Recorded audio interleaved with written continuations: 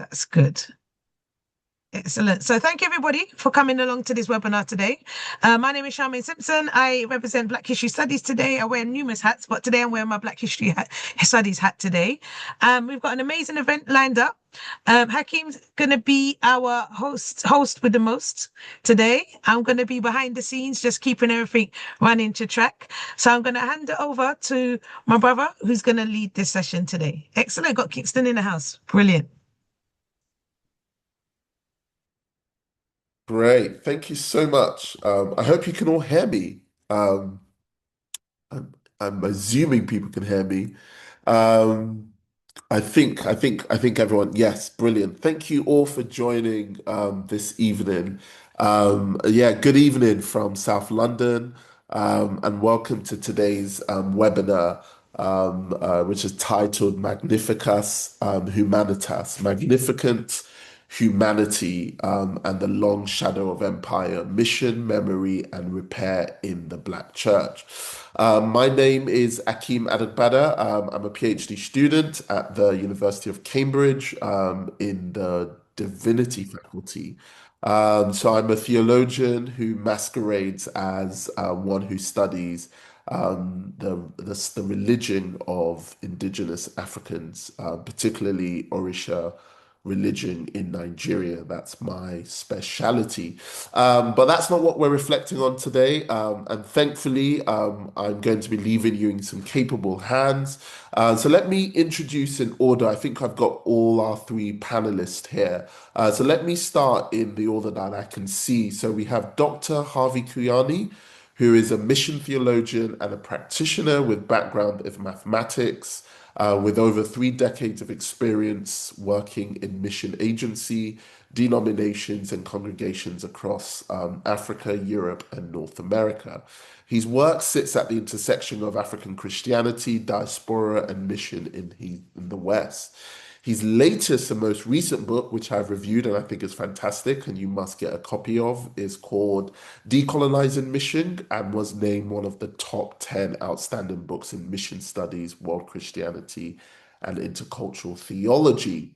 Presently, he's the executive director of Missio Africanus and the director of the Acts 11 project at Church Mission Society Oxford, which is a study center exploring global witness and human migration.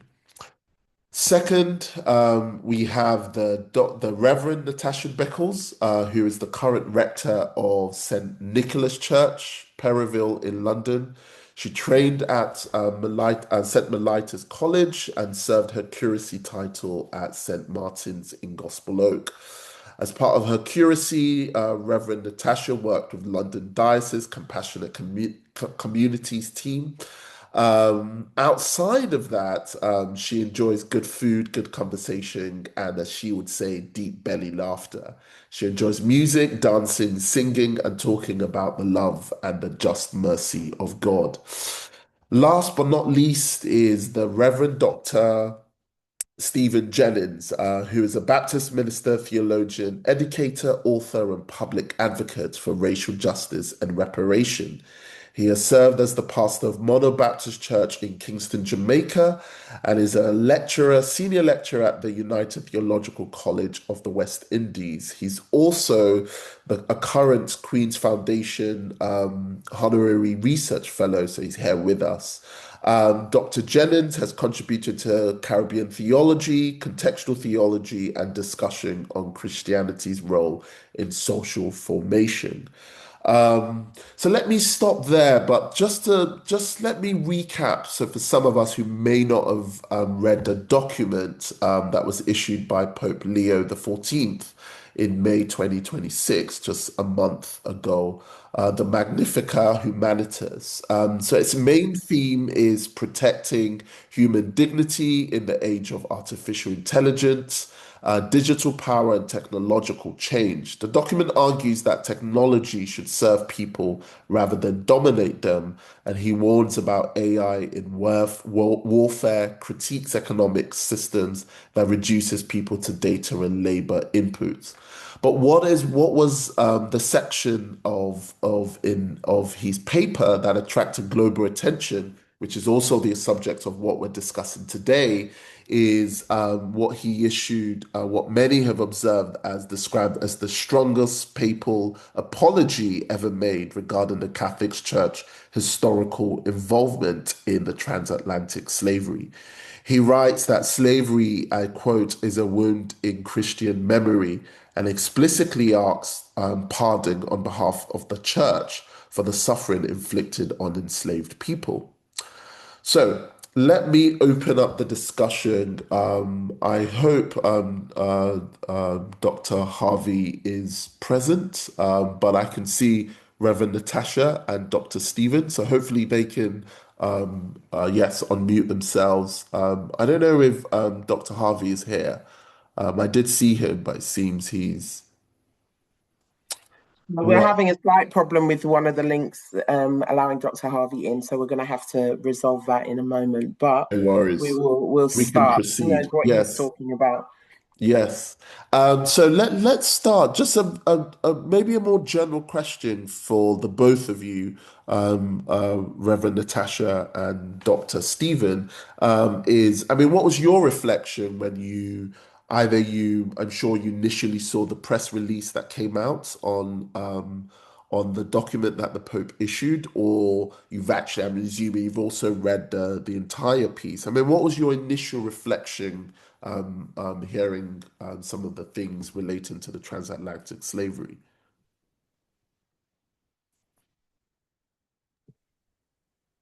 Thank you, thank you. We can jump in as we need to. Reverend Dr. Stephen, it's wonderful to see you. Akeem, thank you so much for your time and welcome here.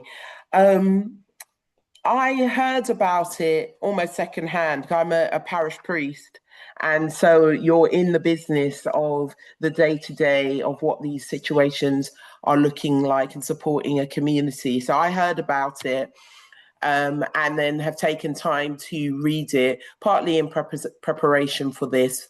My kind of background was my undergraduate is in Caribbean Studies and History, and it's always been one of the most painful things to do my seminary training and hear that Bartholomew Las Casas was seen as the father of liberation theology.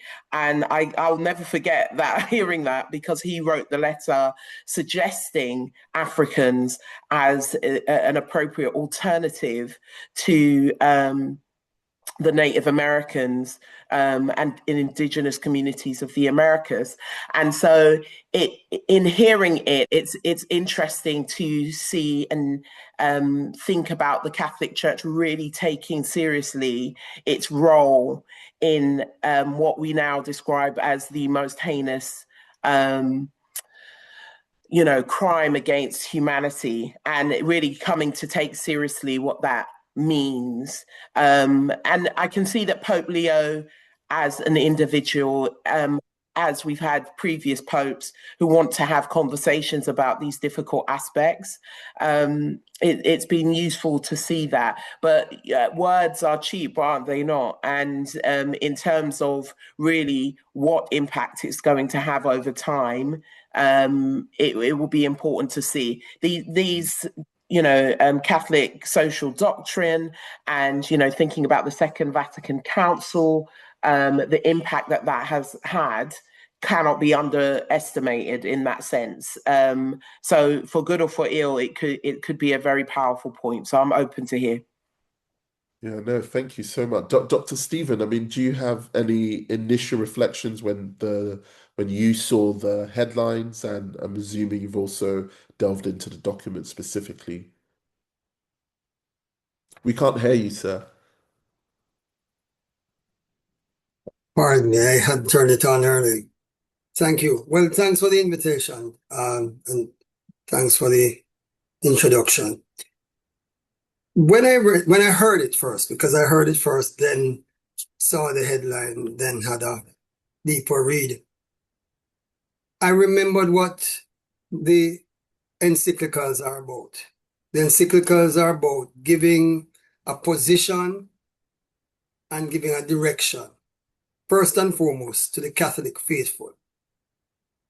I don't think Natasha is. I surely am not Catholic in terms of alliance to a denomination, but as a Christian and as a theologian and as a human being, I was blessed because here is a forthright apology, not only being made by an individual, as Pope Leo is, but as the one who is the leader of a powerful Christian denomination, saying not just to himself or to his peers, but to the whole flock of the faithful, look, this is something that we should take seriously. Slavery in the context of the magnificent human devalued that humanity. Humanity is created in the image of God. And therefore, if we contributed to the devaluation of humanity, we are sorry and we need to do better. And we need, as a church, to move in the direction of not just what an apology, but what the apology portends. Now, whether that will happen soon or late, how it will happen, is a matter for discussion, and we can use the rest of the time doing that. Yeah. But you are grateful for small mercies. And in the scheme of things, this was a big enough step to be celebrated. So that's how I saw it initially. And I still believe it is worthwhile thinking about and talking about. I appreciate that, Dr. Stephen. Dr. Harvey, it would be great to also hear your initial reflections when you saw the headlines, and what was your kind of take to the document as you read through it? Yeah, thank you. I'm sorry that I joined late. The link just didn't work for me, but I'm glad to be here. Good to see you all. Magnifica Humanitas. I thought two things when I saw it. The first one, which is probably the most straightforward, is it has to do with the book that I published last year, Decolonizing Mission. In Decolonizing Mission, I wrote quite extensively about the Purple Bulls of the 1400s. I mentioned Dom Diversos, I mentioned Romanus Pontifex, I mentioned Inter Caetera, and really sort of try to do an expose on what those bulls meant for, especially for Black people. Because I mean, when Dom Diversos was written in 1452, the Americas had not been discovered yet. Christopher Columbus would make that trip in 1492. So it's 50 years before there's any awareness of, a whole continent to the west of Europe, the west of Africa. So when it was written, really, they were talking about Africa. They were talking about Black people, the right that was given, the permission that was given in Dom Diversos to invade, subjugate, and enslave. That was really given about, when you find Black people as you're trying to go around the continent of Africa, you're free to do anything with them. And so it was in that light that I felt this is quite significant. That these documents, these Purple Bulls, Dom Diversos is mentioned in a footnote in Magnifica Humanitas. But these Purple Bulls set up a world in which the dignity of especially Black people was trampled upon big time. Those documents would give the foundation to the transatlantic slave trade. They would be the foundation for the doctrine of discovery. Mm-hmm. And so to come back, of course, 600 years later, to say that was wrong and we profoundly asked for pardon, that really means a big deal. It pushes forward the conversation of what does mission look like. When I think as somebody working in mission, at this point in time when the Roman Catholic Church, when the Holy See has said that was wrong. But the other thought that came to mind was really, and again, so for this one, I wear my heart as an African Christian. In African Christianity, and most of sub-Saharan Africa, we do talk a lot about Ubuntu. And Ubuntu is about the humanity of everyone. I hear people who say, no, it's just a specific group of people, the Bantus that own Ubuntu. No. Ubuntu really is about the dignity of all human beings, regardless of color, regardless of religion, regardless of anything.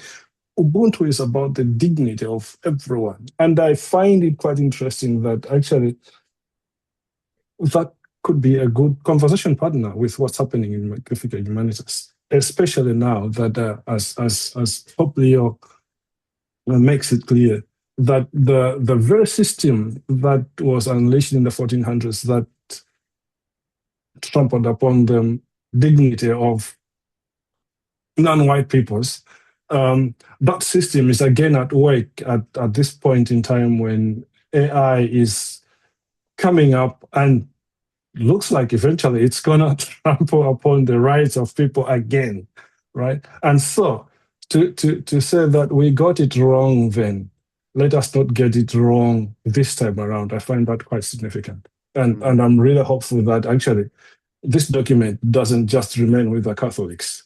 Just like things happened in the 1400s, 1500s, that would reach the whole of the church. I pray that Magnifica Humanitas will reach the broader church. Thank you. Thank you so much all for those introductory reflections and thoughts. Maybe I might start asking some provocative questions to the panelists.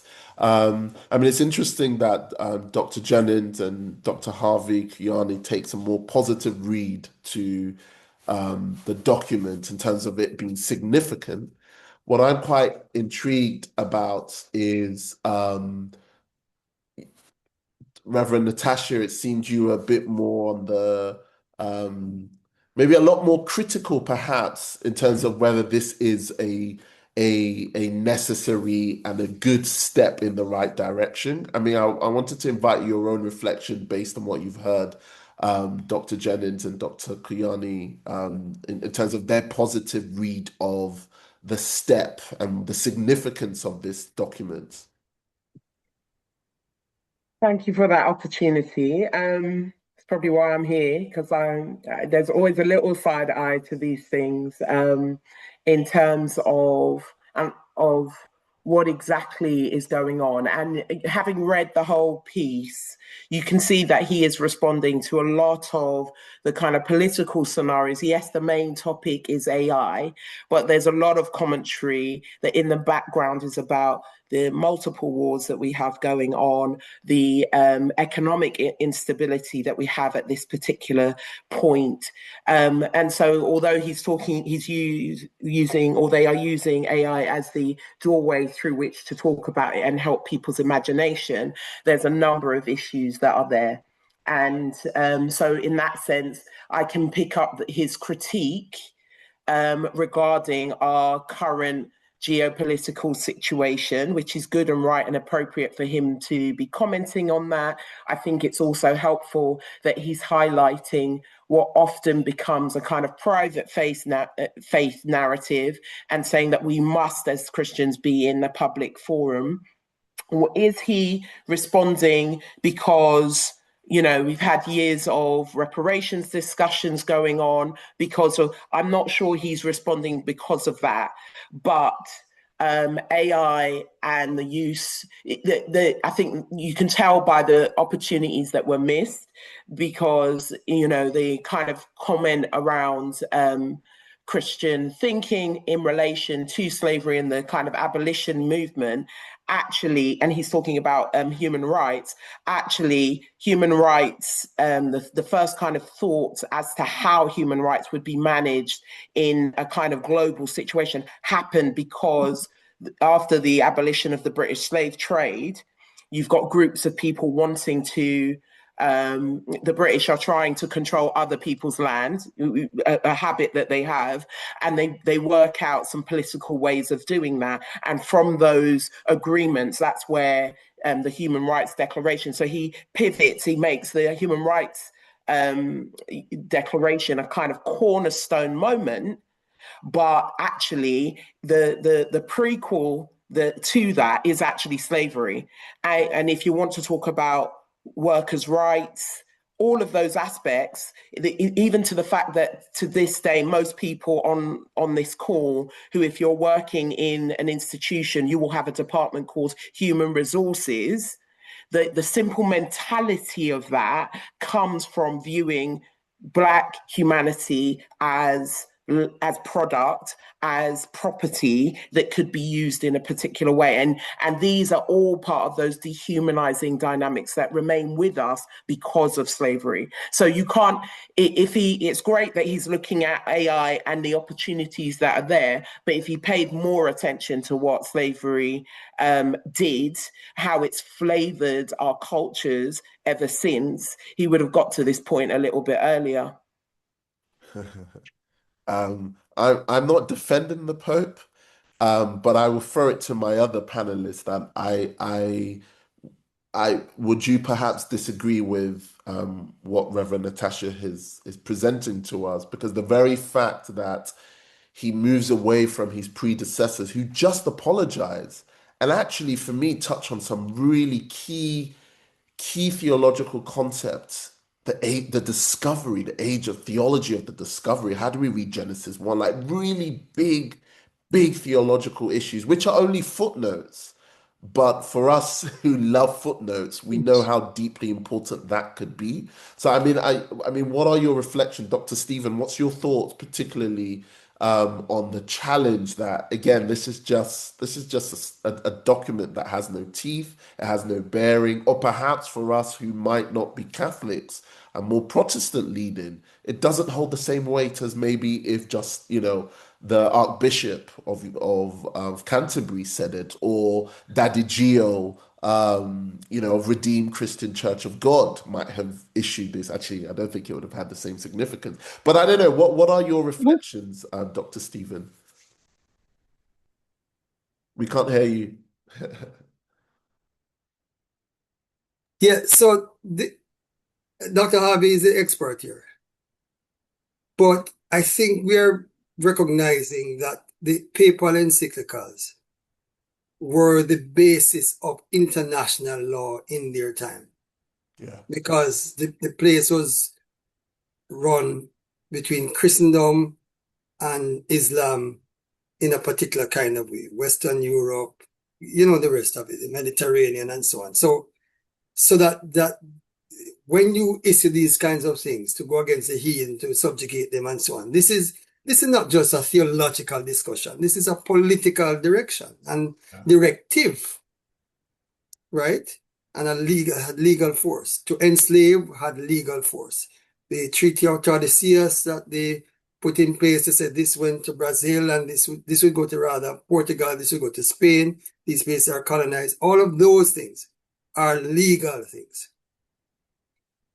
Hop, skip, and jump, 21st century, where the fact of the matter is it doesn't have that same legal force as it would have had when in 1442 this bull had come out initially and the doctrine of discovery later on and so on. But it still is saying to our world at large, because remember the Catholic Church is not just a church, not just a theological religious institution, but a political state. The Vatican state is a political state with its own diplomats and so on. It is saying this is our position. And in as far as we are engaged in international custom, if not international law, we contributed to what the world became. Western colonization owes a debt to us for promulgating these kinds of laws. But here's a pope, not for the first time, and not the only pope to do so, to say, listen, this was wrong. You remember his predecessor had renounced the doctrine of discovery only a few years before he passed, a few years ago. So they're building on something. And remember now, this is not just reflecting the Pope's idea, but the thinking of at least some of the leading lights in the Catholic Church. So it says we're moving in this direction. Is it enough? No. All right. Dr. Natasha said it right. Words can be cheap and so on. But words have power in terms of saying this is where we ought to be going. when it was human rights, when workers needed rights, the Catholic Church in the 1800s led the social teaching to be able to say, look, workers need to get certain rights, albeit black people were not getting the same rights, colonies were not getting the same rights, but workers in the West ought to get, and that helped to change the shape of the working week and things like vacations and, all of that kind of things. So what I'm really saying is that this is a pointer in a direction. We would be naive to think that this is adequate. And I don't think this is what is being said. So there's more that needs to be said and could be said. But it has been said. And that, I think, should be celebrated. And it has not just been said, but it has been grounded in a theological warrant and a set of theological arguments that says, look, this is not just my opinion. This is a recognition that we read the word of God wrong. We read the scriptures wrong. We cited certain church fathers and mothers to support an evil that we no longer can support. So it is, in the words of the gospel, repentance. We're not just called to say we are repenting. We are called to bear fruit worthy of repentance, to show that it's not a bag amount, as we would say in Jamaica, but it's really action. Some more action we need to be taken, but I think we have to start somewhere, and it has started. When I say we, I mean as people. So I'm with Natasha in this, that there needs to be more, but I'm saying that more, we should celebrate what has been said publicly, by him. So we can go into what it means for reparations and so on later in the discussion if you have the time. But I think we have to say that there's a start somewhere. Thank you so much. Dr. Harvey, it would be good if you could, because for some of us for some others who may not have read your book, you explain that you go into kind of the historical documents of those papal bulls. It would be great if you can give us some synoptics, like some quick summaries of those specific papal bulls that was referred to in the Magnificent, and maybe some explanation on the significance of even referring to those documents and what it means for the future work of reparations, and the work that a lot of us might be involved in. Thank you. As I said, I've written a book about this, so I have to condense a book into 3 minutes. What really happens is this is mid 1400s. Islam has been around for quite some time. The Crusades have happened, and there's a sense in Europe that Constantinople, which was the capital of the Byzantine Empire, that had been home to Christianity for a long time, would fall into the hands of the Muslims. And so there was a fear, there was an anxiety in Europe that on the one hand, they knew that if Constantinople falls, the land routes to get to Asia, India for spices would be closed down. So they need to find other routes that would necessitate them going around Africa. But there's also a concern that the Muslims, once they get Constantinople, they will be motivated to come and take Rome, right? Which, of course, happens in 1480. The Muslims get into Italy, and their leader dies in 1481, and so they have to return. That's how really Rome was saved. But there was an anxiety around this time, around the Muslims are coming. And when they come, when they take over, they take Constantinople, they'll come take Rome. Once they take Rome, we're done, right? And it's that anxiety, really, that causes Pope Nicholas to say to the Portuguese, let's go find other lands. And when we find these other lands, let's control them, let's subjugate them, let's rule them in ways that Islam is not going to come and displace us, right? And at this point in time, they're thinking about, we go around Africa, we'll discover people. If we discover people, and I'm using discover in quotes, if we find all these people, let's bring them to the faith by force, subjugate them, control them, enslave them, and make their territories our territories so that the Muslims cannot come and take over what we are building, just as it had happened around Turkey and that part of the world. So, of course, Nicholas has to give these rights to the Portuguese, 1452, and those same rights are repeated in 1455, Romanus Pontifex, and they will be repeated and enlarged in 1493, Pope Alexander. Now, at this point in time, the Portuguese are still going around Africa. They will make it around Africa to India in 1498. So they are still trying to get around Africa. But the Spaniards had reached the West Indies. And therefore, it becomes necessary for, and this is interesting, that it's the Pope who makes these decisions. Right? It becomes necessary for the Holy See to say, the Portuguese, let them concentrate going westwards, and whatever land they see is theirs. They can do whatever they want, evangelize, but also, own, control, colonize. The Spanish, you go westwards, and you go towards, so the Portuguese are going eastwards, around Africa towards Asia. The Spanish are going westwards towards Americas, and whatever land you see is yours.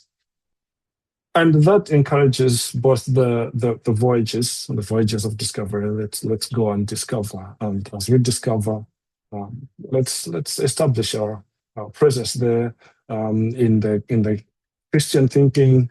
Let's expand the kingdom of God into those areas, right? That does not just encourage the doctrine of discovery, but also because now you can, as in 1452, the Pope has said you can enslave these people. And actually, when you read the document, you have the right to enslave perpetually, right? It's like you enslave them forever. And so that again becomes the one of the founding pillars of the transatlantic slave trade. You can enslave them perpetually. You can enslave them in Africa, take them to Americas perpetually. I mean, in America, you will know that actually generations upon generations upon generations of people lived in slavery. It is Pope Nicholas who says you have that right. And so that would really shape a great deal of, I think, European posture to the rest of the world.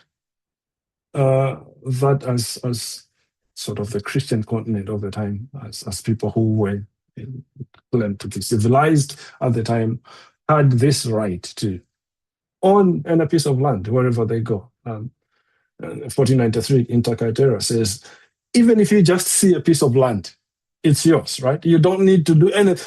Just sight is enough for you to own that land. You can claim it, it's yours, right? Those things will be foundational to the many, many, many things that have happened since then until now. I think the systems that are still operating in the world, I think Leo is right to be concerned. The systems that are operating in the world today are still very much built on that worldview, on that system, on that belief that we can control. We can control whatever we want, really. And that's the challenge that I think Leo has to wrestle with in a world that seems to be very much everybody's doing whatever they want. Yeah. Thank you so much. I mean, Reverend Natasha, do you have any reflections on some of the things you've heard? Anything that kind of strikes you as being true, or anything that strikes you as being we need to pause and reflect on just what I've heard? I mean, we have to pause and reflect on all of it. And I do take my esteemed colleague's point. I do agree that it is going to be powerful in the sense that the number of people and the magisterium, I've been to visit them, and there's a group of people sitting down thinking these things through, working these political and theological points through. I'm looking through the kind of questions that people are hoping that that having that connection as Pope Leo has to Haiti, and those connections to being Black and Blackness. If you know anything about the kind of Latino racial hierarchies, that doesn't necessarily mean that people's understanding comes from the right place. But I see the man's heart and I see his courage as one white man speaking to what is, and I mean, if you look at the political culture at the particular time we're in, whiteness is very violent to white men who step out of line. And in terms of, and that's the kind of diabolical nature of it, that, you know, in the contemporary, we need to be very serious about it, that he will get some backlash from that. And so, you know, we appreciate from that point of view, but it's great that he's made that comment, and it will be really helpful for us that study. You've now got a very solid document that you can argue all day on as a starting point, which in terms of the academic is one way of dealing with that. But I want to quote one of my favorite gospel teachers, which was Lauryn Hill. Adam lives in theory. And, you know, that kind of narrative of having these ideas up in the head, but does it drop the 18 inches to the heart and further than that to the hand as to how you actually interact with people? And it's a great base note for us to use, those who are arguing, those who are, you know, preaching, those who are reading about this and wanting to understand it. It's going to help in knowledge creation, and yeah, it's going to help in those senses, but it's a drop, and yeah, we'll see. I mean, just on that point on the movement from the head to the heart to the hands and feet, let me read paragraph 177, a section of it, where he says, what we have learned must be translated into discernment and responsibility in the present. If we want to avoid the need to ask for pardon again in the future for having failed to respect the treasure of human dignity that is required by our faith, it falls on us today to denounce clearly and firmly trafficking in its many forms, and together with all who are committed to this cause, to support concrete efforts of prevention, protection, liberation, and rehabilitation. I think that speaks to what you were just echoing. I don't know if Dr. Harvey or Dr. Stephen also have some thoughts, and any other general thoughts you would want to throw in. Just a quick one to add that actually you've read paragraph 177. It's in paragraph 176 where he's asking for a pardon. It's just right above that. He finishes paragraph 176 with for this, in the name of the church, I sincerely ask for pardon. And then he goes on to talk about what you have just referred to. I think that's important.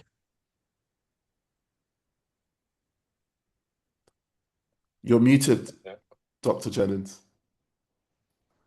Well, Akeem, I promise you, you won't have to tell me that again, right?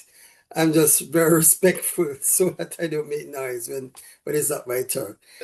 And I think, again, in the flow of the discussion, you know, it's good that we recognize the connections, that, you know, words need deeds, actions need, you know, to be matched by attitudes and so on. And we have both in the respective paragraphs. I think where now we could move the discussion is what kind of actions would like to see. And I think this is a blessing of this. But before we get to that, may I just remind myself, anyway, of the topic that we are discussing today: Magnificent Humanitas and the long shadow of empire. And I think Dr. Harvey has been trying to get us there, to recognize that we're dealing with a system that has pretty much been the same for the last 500 going 600 years. Right? We try to date it at 1492. But as he has said in that magnificent book, that example of Magnificent Humanitas, the book is, I'm shamelessly plugging it because it's a good book to read. The actual papal bull was 50 years before Columbus discovered anything. Yeah. right? So that's 1442, and we are now in 2026. So just do the math. We are 18 years or so away, or little over that, from celebrating 600 years of this.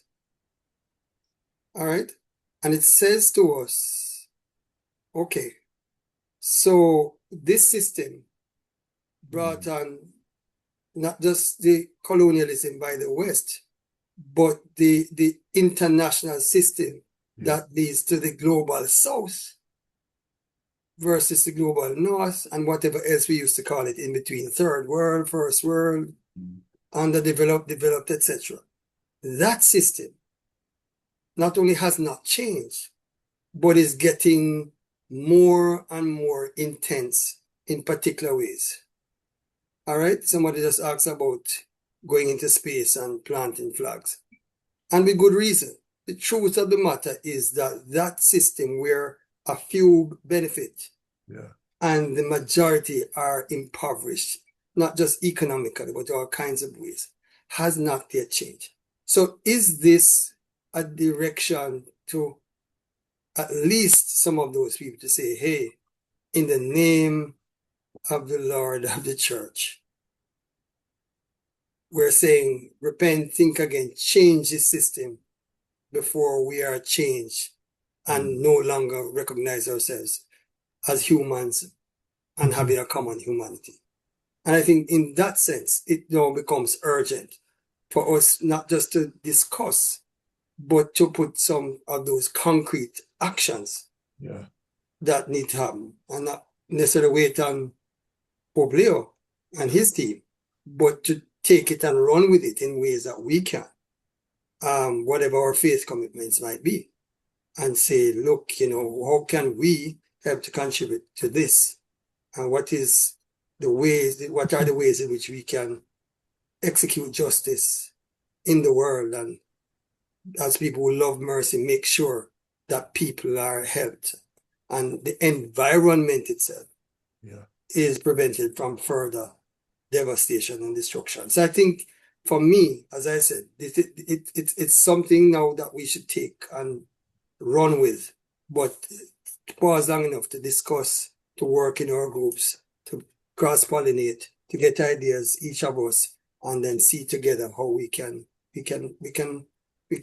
resist the empire. Yeah, and maybe just to add to that one, the ways of empire are still with us, right?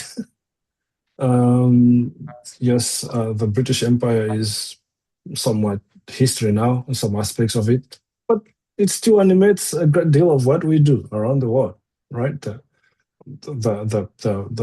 power of the American Empire. I mean, we can see it in the news every day, as we are living in the world today. The ways of empire and the ways in which empire it shapes, informs our Christianity, the way we live out the faith, the way we read the Bible, the way we relate to one another as people of different ethnicities around. Those ways are still here with us. And sometimes I get concerned because they actually don't just inform. I mean, when we talk about empire like this, for many people, they may think you're talking about the Western world or white people against the rest of us.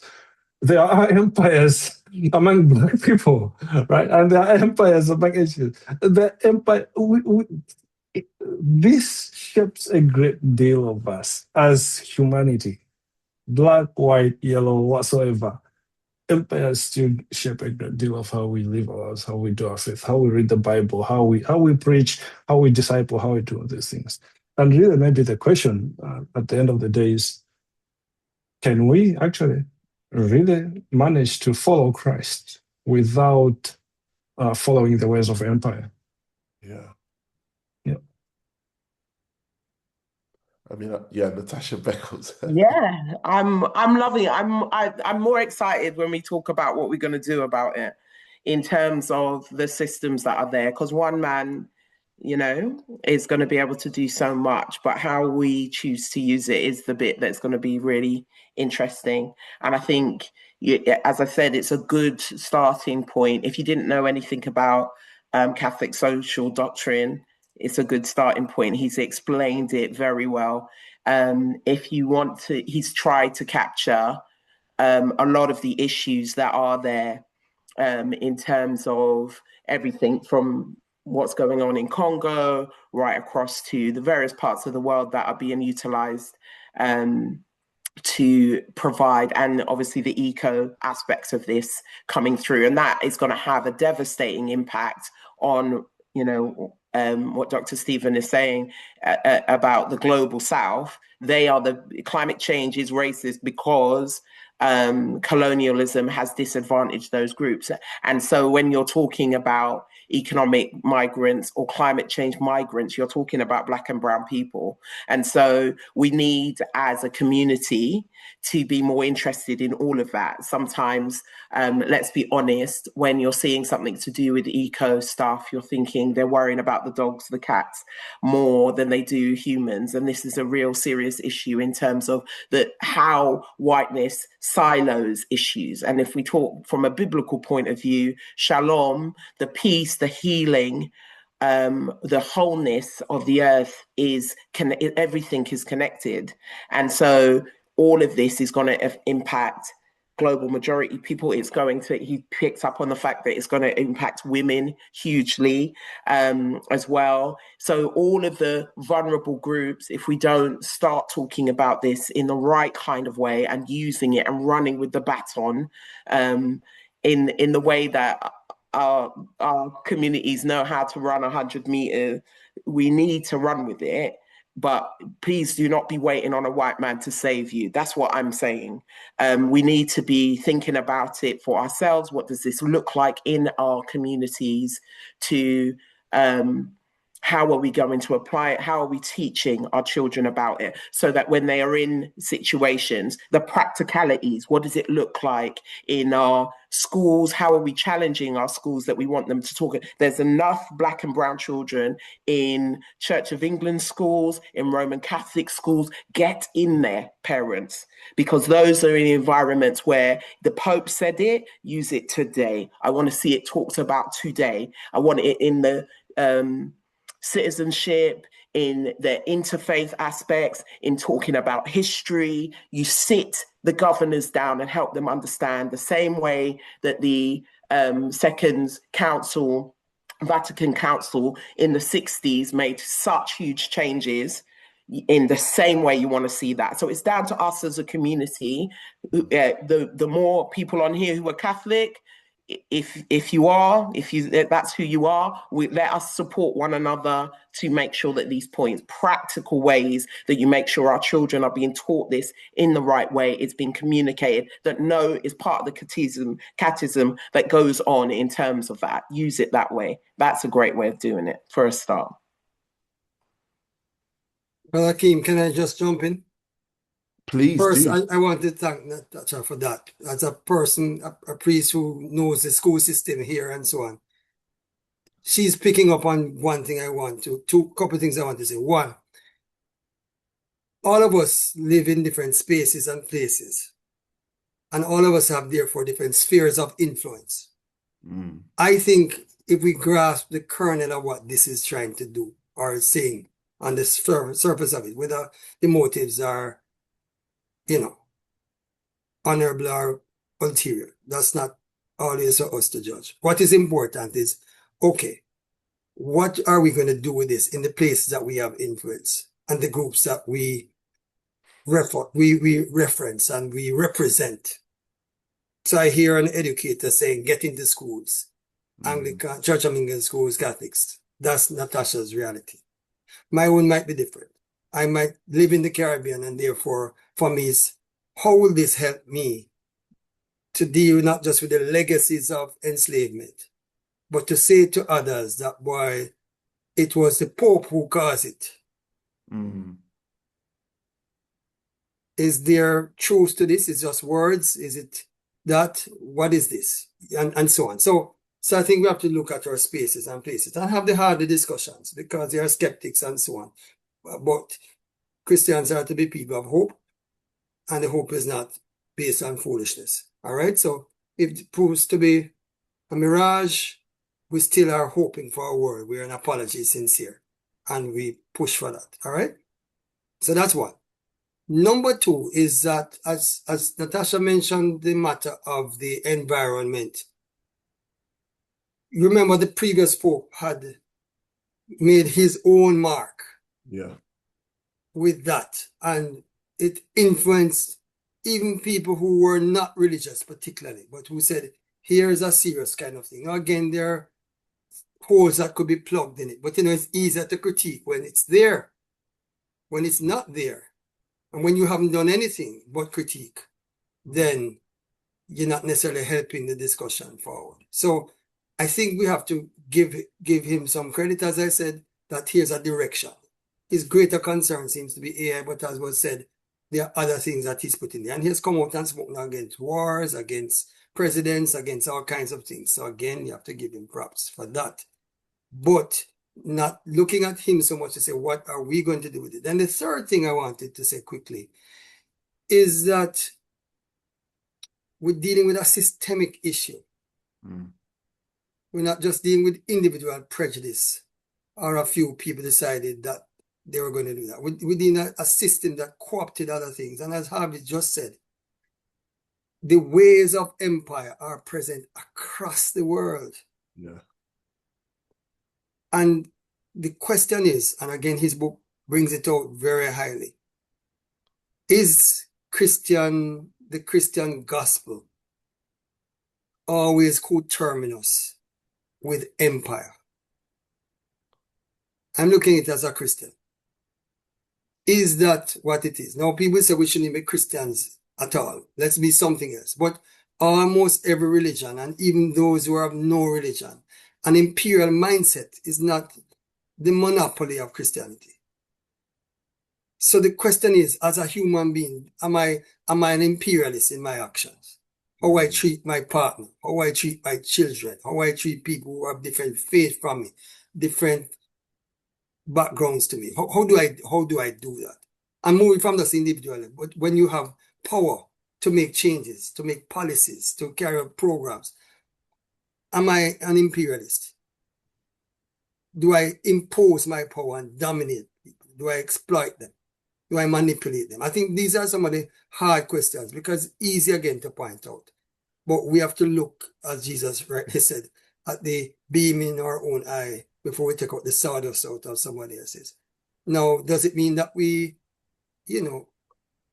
paper it over and say, oh, well, it was just an accident of history? It was no accident of history. It was deliberate. It was wicked. It was cruel. And the legacies of that continue to this day. We bear the scars of that as individuals, as societies. But we have to also recognize that part of how imperialism and colonialism works is that they colonize, internalize some of that as well. And we have to get liberated in our own spirits and souls. Some of the mental health things that we're struggling with. We have to exercise some of those demons because colonialism and imperialism were demonic. And they had power, and we have to break those powers. So if this is saying we apologize for it, we start there, but we don't stop there. I stop now there. But for now. Just a final point from me. We're having this conversation in a season when many African countries are having to pull out their citizens from South Africa because of xenophobic attacks on migrants. When you read that story carefully, you see that largely it's based among the Zulu in South Africa, and the Zulus are the people who gave us Ubuntu. How do we shift from Ubuntu, I am because we are, right, to we don't want any foreigners among us? And when you look at that it's really Afrophobia. It's against Black people. It's not. They're not chasing white people from South Africa. They're not chasing Asians from South Africa. They're chasing Black people from South Africa. And so again, ways of empire, ways in which we internalize colonialism, and all those things continue to shape us in ways that we probably can't imagine. Can we have the difficult conversations to name and unmask some of these things so that our communities can be made whole? is this a conversation that the African church really needs to sit down? The Black church as a whole. I was just in Jamaica with Dr. Jennings, and I learned the concept of the global Africa, right? The Africans in the continent and the wider global Africa. Is this a conversation that we in the global African communities need to have among ourselves? How can we, yes, of course, Africa has most Christians than any other continent in the world, but how can we make our Christianity really be something that's not married to empire? Let me stop there. I just wanted to jump in because it's good to see people talking in the chat about it. And yes, we want to emancipate ourselves from mental slavery, but it's about knowing that Christianity is an Afro-Asiatic religion first and foremost. And so, you know, Harvey would be able to tell you Israel is shaped in an African nation, Egypt, and if ever the British Museum is doing something on Egypt and I want to go and study my own faith, you can see aspects of it because it's in the recesses of what the Christian faith is, what the Old Testament faith was. And so those are the things that we've got to come to understand. Christianity is like a Benin mask in the British Museum. I have to dress a particular way, but the spirituality underneath it, the traditions of it, the aspects that certain parts of our Protestant church would like to kill off are the most African aspects of it. The idea that you might eat and share communion with the dead, the whole idea of the cloud of witnesses and the saints, all of that could be included in ancestral worship. And what happens is that we've had a particular form of Christianity that came from the American South into the Caribbean, very Pentecostal, and it's in our Black church here. And so the attitudes, when you hear those attitudes that are Islamophobic, be careful, because those papal bulls were talking about Black people to start off with. And so it's about people educating themselves about the fact that actually when your pastor is talking about Muslim people in a particular way, that narrative, that thread goes back to those papal bulls. As Harvey explained earlier, you have to know your history and know what you're freeing yourself from.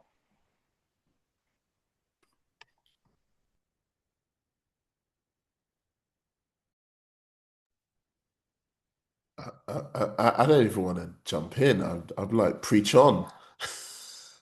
Oh, man, I mean, I would love the three of you to give us, you know, for some of us who may are thinking this might be some of the first time thinking about how we have imbued empires and the ways of empire. I mean, even Harvey mentioned how we read the Bible. I mean, that's a big one. That for some of us, we're like, there are ways in which I'm reading the Bible that is from an empire lens. I mean, Dr. Jennings, can you expound a bit on that? I know you're a pastor and you're a theologian. Can you like teach some of us, please? How much time you have, Akeem? No, seriously. No. Again, Harvey's book is a good expose on some of it. I think, again, we have to recognize that we tend to read things, and by read, we don't just mean read letters, but we interpret things from our own context. The great Marcus Garvey once said this. He said, we too, like white people, serve the God of Abraham, Isaac, and Jacob. But we, Black people, view the God of Abraham, Isaac, and Jacob through our own lenses. And when you understand what Garvey was saying, is that your experience, my experience, not just as an individual, but as a part of a group, tends to influence how we see things. So whether it was European Christians who were exercising power in a certain way and wanted to justify that exercise of power and looked at the world in a certain way and then read the Bible to justify it, or were dealing with others of other faiths who looked at the Bible or their own scriptures and did similar things, people have tended to do that. And that legacy has been passed down to people of different times and faiths who themselves now have not, to use Natasha's term, educated themselves about themselves and their group, but rather have internalized the viewpoints of those who colonize them. One person said you're using the master's tools to attempt to dismantle the master's house. And so for a lot of people, Christianity is a no-no. So they become other things. And to be fair, some aspects of Christianity can't be used to decolonize. Not at all. Because those things reflect that imperial and colonizing mindset.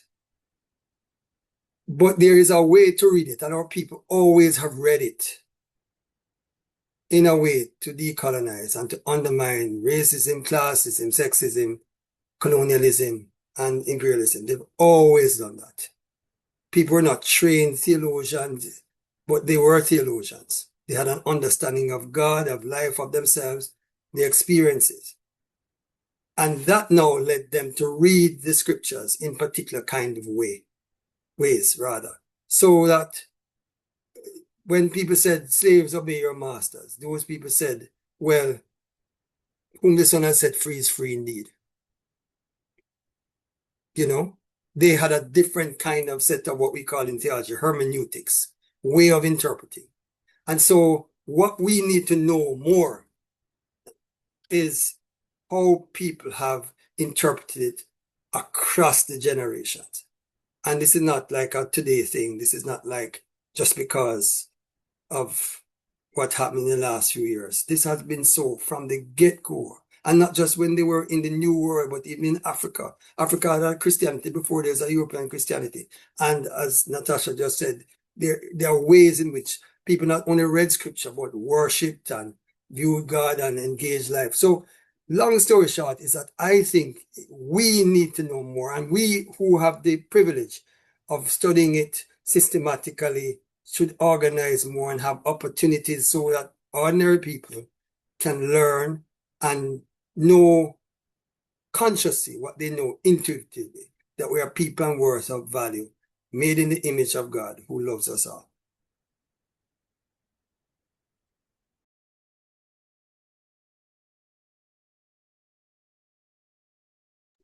I mean, I'll open up to my panelists if they have. Our time is fast approaching.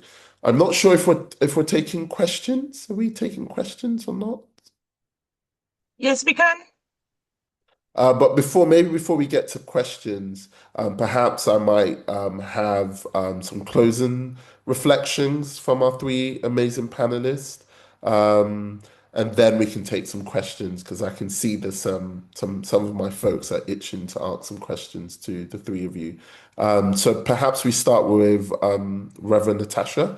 Any kind of closing reflections and maybe something for us to go home and think about, perhaps?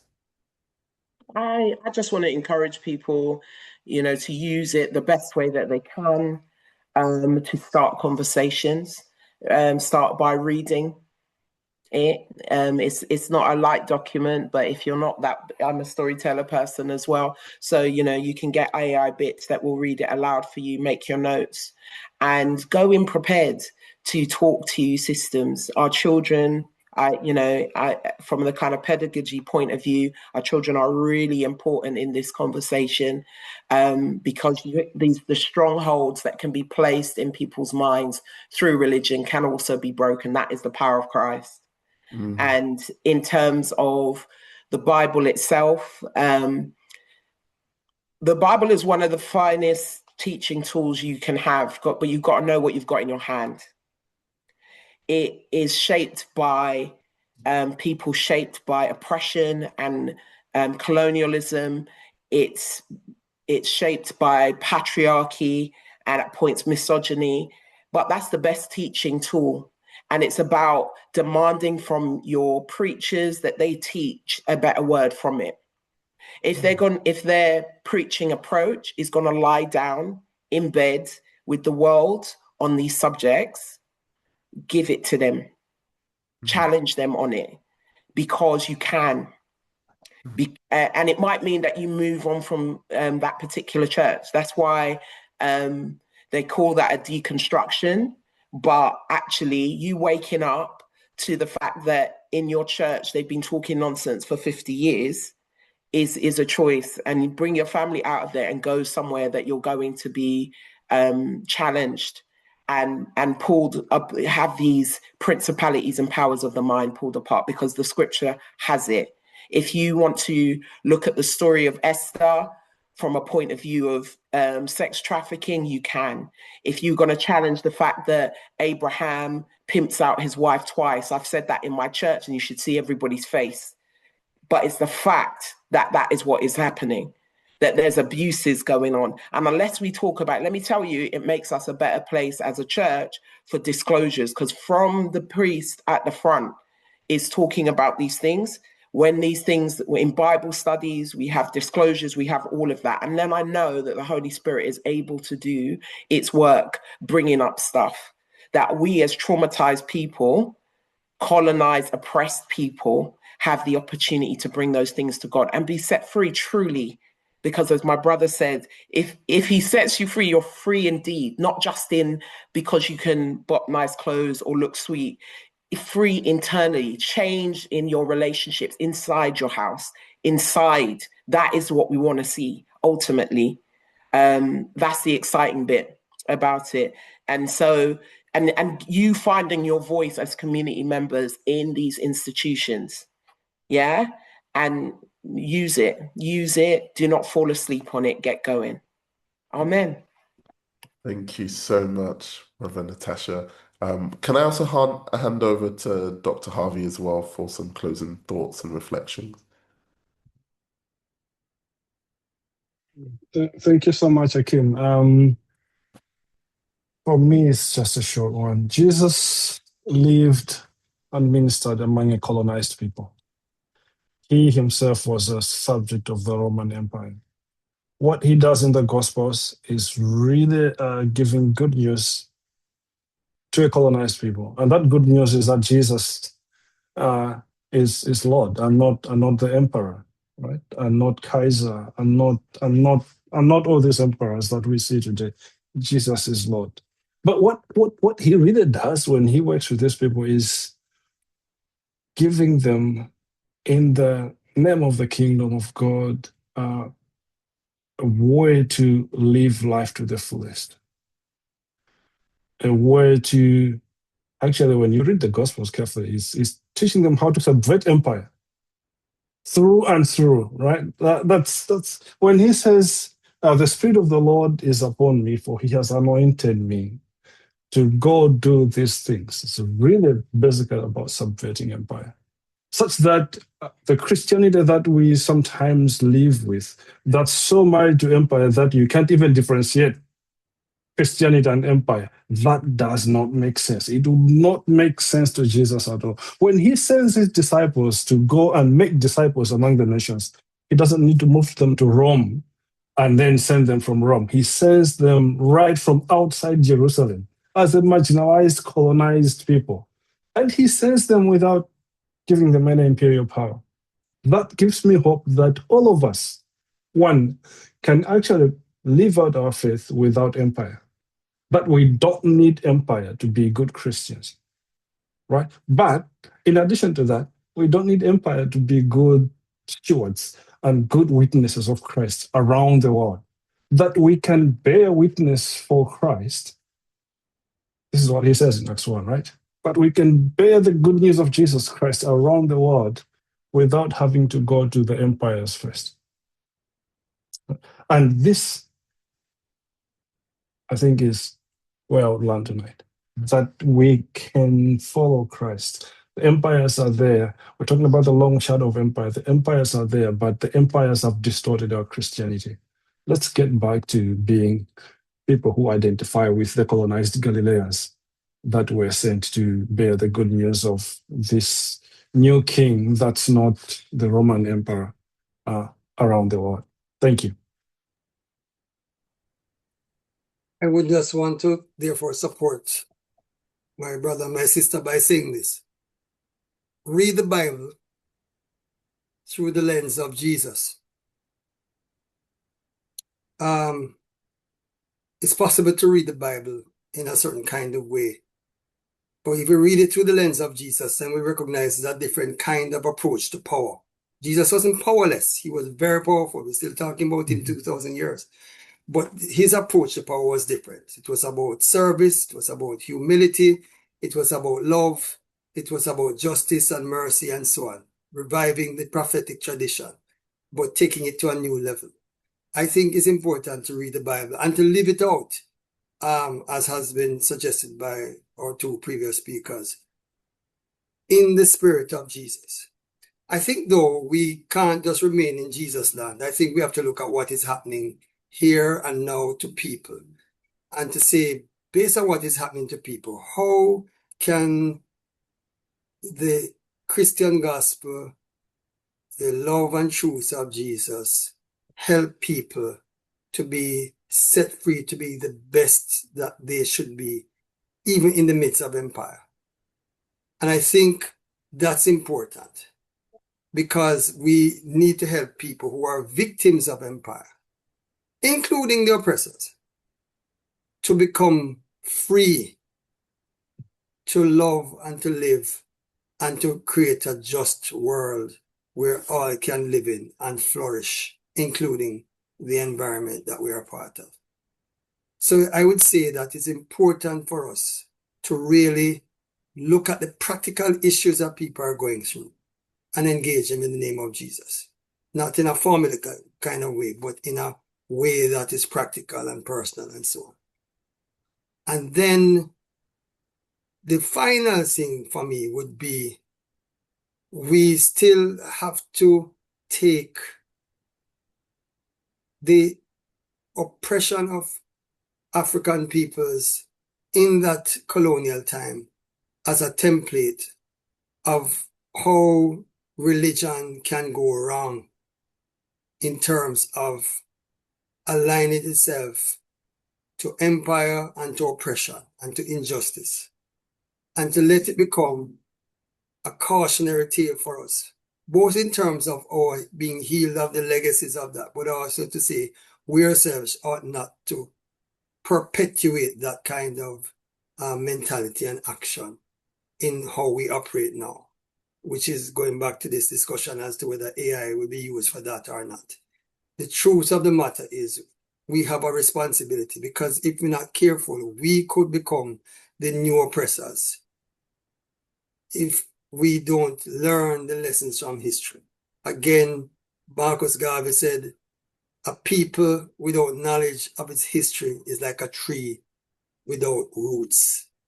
We really need to know not just our history, but the history of our world that went wrong several times, and learn from it so that we don't be that ourselves, or we don't teach others to be that ourselves. So I'd say there's much to learn, but discussions like this can only help if we take them seriously, and networking among ourselves, where we as people of African descent talk to ourselves and among ourselves as we speak to our wider world, is very, very important. Thank you very much for the opportunity. Thank you so much to my esteemed panelist. I'm just going to quickly rush over to Elaine. I know she's got a question, so would you be able to unmute yourself and ask away? Can you hear me? Yes, we can. Good evening, everyone, and thank you very much for this conversation. I simply wanted to ask about the recording, actually, because I would really like to listen to this conversation again. So it was simply, I think the webinar is being recorded, and will it be made available to us? And thank you, and thank all four of you for a really excellent conversation. Thank you so much. I think it will be made available. I don't know how, but I'm assuming yes, it will. Yes, it will be made available. Thank you. I've got one question. So if you have any other questions, please raise your hands. But I've got a question that basically, and this is probably to Harvey, don't you think this Ubuntu concept, this peace-loving concept, is the very thing that allowed Africans to be dominated by violence, imperialism? Wow. That in the cheek. We're supposed to be closing the conversation. You're starting a new one. Um, I didn't ask that, by the way. It's in the question. yeah. I think there's some validity in making that question.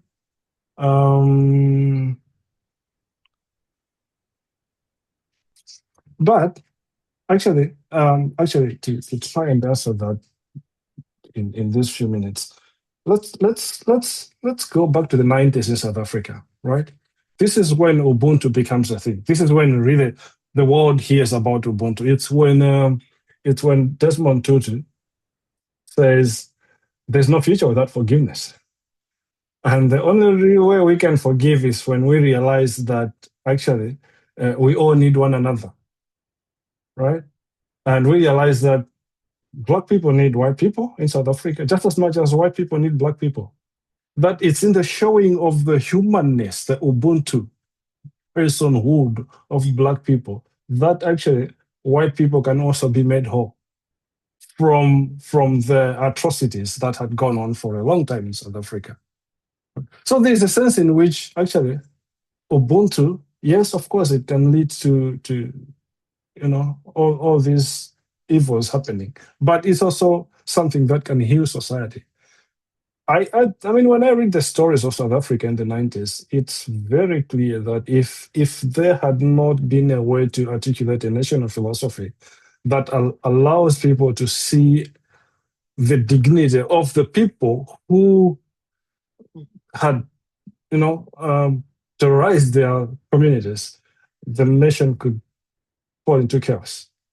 So Ubuntu really also becomes the antidote to the mess that was going on. But it's a long conversation that probably could just be another book. Thank you so much. And our final question is let me get it. So could Mufole unmute themselves and ask away? Good evening, Good evening, sir. and thank you for a very engaging and insightful webinar. Yeah, I just wanted to contribute that indeed Ubuntu is a healer. Researchers have found out that it can heal, but others have found out that colonization actually locked Ubuntu, and it has to be unlocked. So even though we may talk about Ubuntu, we do not actually live it ourselves. And it is not just a question of knowing Ubuntu, it is a question of living Ubuntu. And for us to be able to live Ubuntu, we need to heal from colonization, the effects of colonization. And Dr. Harvey, I have shared the abstract to the sermon that I referred to, Sermon on the Waves. I would like to share it with everybody else. But it points to how, as the Reverend Doctor said, it depends on how we read the Bible. When you read the Bible, you discover that the Bible is actually written the way even the earth has been created, with treasures hidden even underground, and we have to search for the riches. So I have pointed out in the sermon how the Bible guides us to finding our ways of unlocking the very Ubuntu, and it is there in our indigenous African knowledge, which are things that we will be sharing. I also allude to them in the sermon. But thank you. We do need Ubuntu, but even Africans need Ubuntu. It needs to be unlocked, even with them, with us. Thank you very much. Thank you so much for those thoughts. We've got a minute. Before we close, let me read a word from the scriptures that came up, and I thought it would be a good way to just end. So this is Jesus's words from Luke 4. And it says, on rolling it, so this is about the prophet Isaiah. On rolling it, he found the place where it is written, the Spirit of the Lord is on me, because he has anointed me to proclaim good news to the poor. He has sent me to proclaim freedom for the prisoners and recovery of sight for the blind, to set the oppressed free, and to proclaim the year of the Lord's favor. Then he rolled up the scroll and gave it back to the attendants and sat down. The eyes of everyone in the synagogue was fastened on him. He began by saying to them, today this scripture is fulfilled in your hearing. I would like to say a special thanks to the organizers and a massive thank you to Reverend Natasha, Reverend Dr. Stephen Jennings, and Dr. Harvey Kwiyani, and for you guys for listening in and asking such thought-provoking questions. So thank you very much for your time. I want to thank you as well, Akeem. You're a brilliant panelist, and your questions just brought fire from the beginning. So please give him a big round of applause as well. We're just always grateful for you and your insights and questions. I do want to say, if you're into conversations like this, myself and Harvey and others are looking to work together on something called community.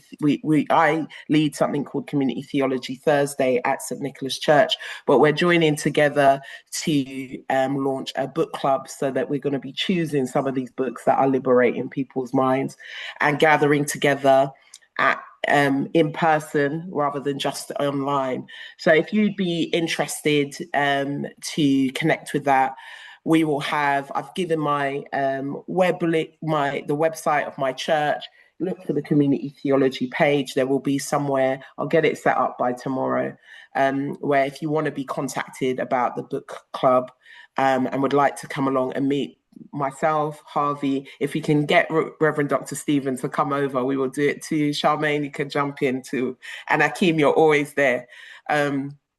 For us to have these conversations in person and to really guide people as to the type of books that are on the level that Harvey has produced, that can really help the Black church and the church of God who's serious about Jesus to really hear more. So I'm going to put that in the chat just now. You've already got our website up there. Check on it tomorrow morning, and I'll make sure there's something up there for you to sign up.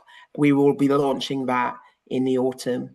And yeah, it'd be great to hear from people. We want to gather people who are interested and committed to these kind of things, conversations. Bless.